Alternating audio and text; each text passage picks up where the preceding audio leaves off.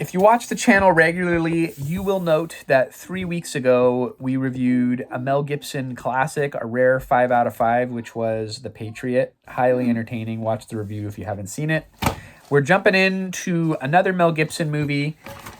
This movie came out 7 years prior in 1993, 92, so 8 years prior actually. Forever Young.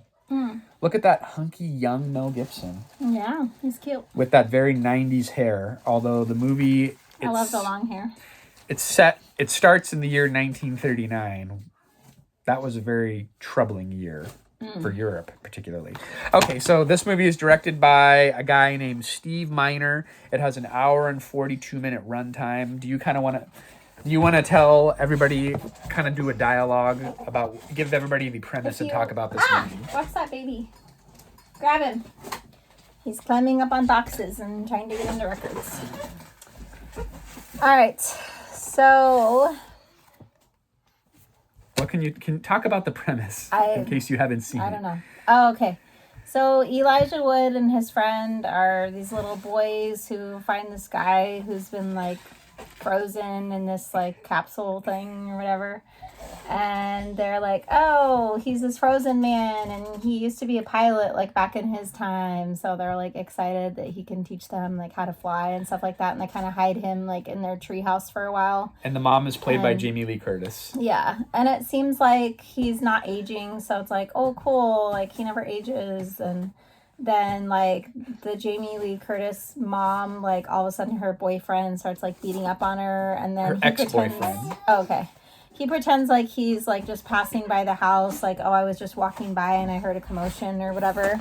So then he's like, oh, like I heard this commotion, like, you know, are you okay and stuff? And he like beats up the ex-boyfriend. Mel Gibson's character does. Yeah, and then she's like, oh my gosh, like, sorry, like you saved me and all this. Like, I'm so glad you were passing by. So then he like stays the night at the house and stuff.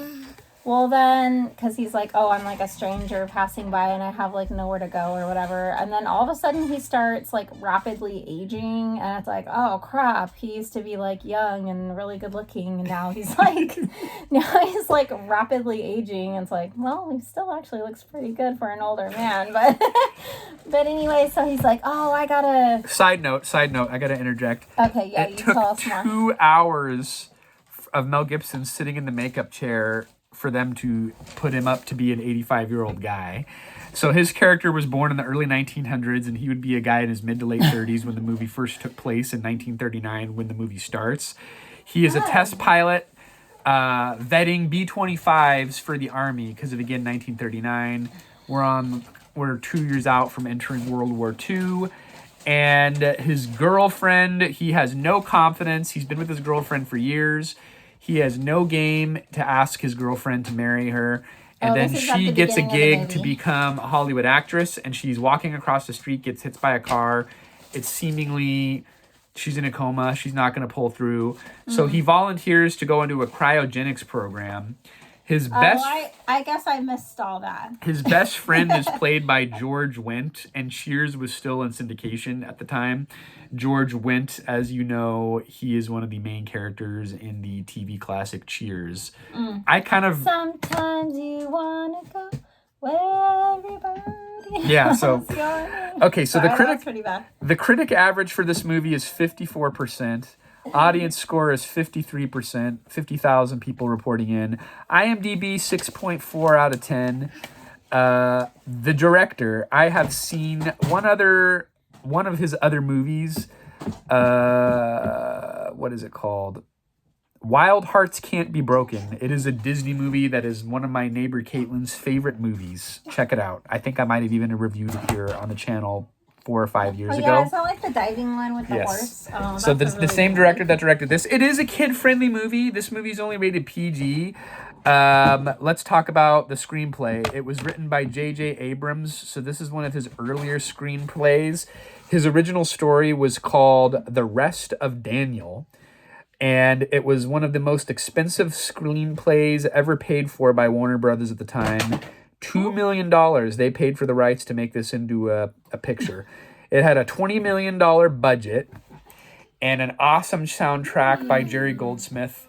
He did a ton of famous movies. He did the soundtrack for Alien. His scores are awesome. The movie had a $20 million budget. They used real B-25s in production, and it was very successful. It made over $128 million at the box office. And, oh, by the way, the set at the end of the movie when he lands the plane on that peninsula by that lighthouse and he pulls up to that house where his, no spoiler alerts, the house was totally an exterior set. It wasn't a real house.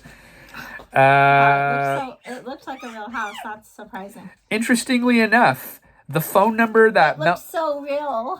movie magic, folks. In the future, when Mel Gibson wakes up and it's like the early 90s, he's calling people trying to find George Wendt.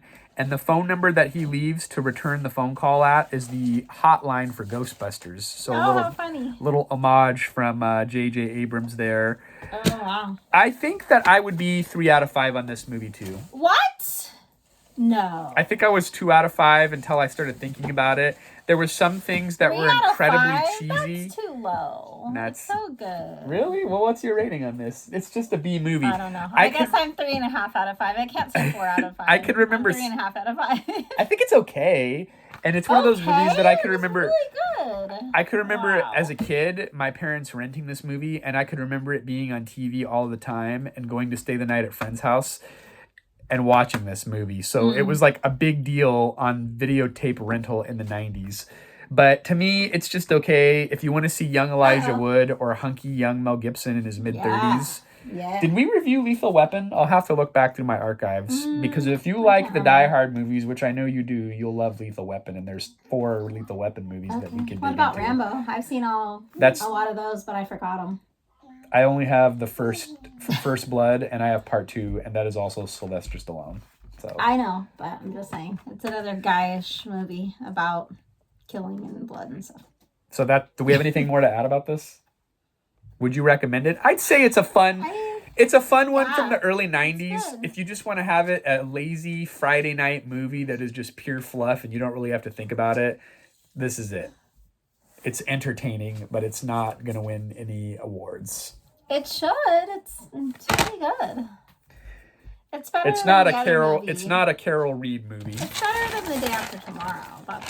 This is way. You mean the Tomorrowland movie? Yeah. The Day After The Day Tomorrow. After Tomorrow. I do have that if you're That's interested. Jake Gyllenhaal. I've seen it before. I believe I have that, and we should review that. It's an early but 2000s this is classic. good. These actors, they're pretty good.